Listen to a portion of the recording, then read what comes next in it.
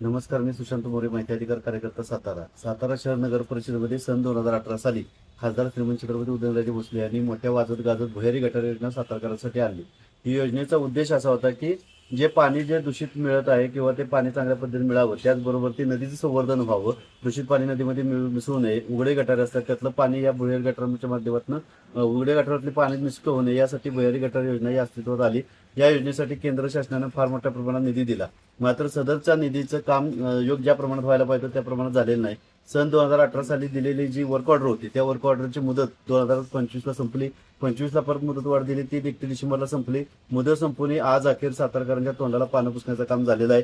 भुयारी गटार योजनेचं थर्ड पार्टी ऑडिट करून संबंधित ठेकेदाराला काळ्या यादीत टाकण्याची मागणी आज जिल्हाधिकारी सातारा यांच्याकडे मी केलेली आहे.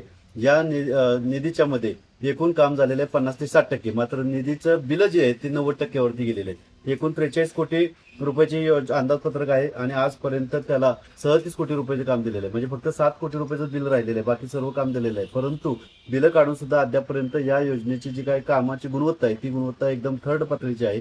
आज हे अखेर कुठलंही काम चांगल्या पद्धतीने झाले नाही. बुधवार नाक्यावर सुद्धा पाणी मध्ये गेलेलं होतं, त्यामध्ये पाणी मिक्स झालेलं होतं. अशामुळे ही योजनेची जी काही चुकीची गोष्टी घडतात त्यासाठी नगराध्यक्ष, उपनगराध्यक्षांनी जागेवर जाऊन पाणी करून संबंधित ठेकेदार कोण आहे त्याच्याकडून काम चांगल्या पद्धतीने करून घेणं गरजेचं आहे. माननीय नामदार श्रीमंत छत्रपती शिवेंद्रराजे भोसले यांनी राज्याचे बांधकाम मंत्री आहेत, त्याचा फायदा सातारा शहराला व्हावा यासाठी त्यांनी सिमेंटच्या रस्त्याची योजना आखलेली आहे. अनेक शहरामध्ये सिमेंटची योजना केली जाणार आहे. मात्र या ठिकाणी असा विषय आहे की जर भुयारी गटार योजना जर झाली नाही लवकरच तर ते सिमेंटच्या निधीचा उपयोग होणार नाही सातारकरांना. त्यामुळे पर्यायानं येणाऱ्या निधीपासून सातारकरांना वंचित राहावे लागेल. म्हणून नगराध्यक्ष आणि उपनगराध्यक्ष यांच्यात जर हिंमत असेल तर त्यांनी संबंधित SN इन्फ्रा नावाच्या ठेकेदाराला काळ्या यादीत टाकावं.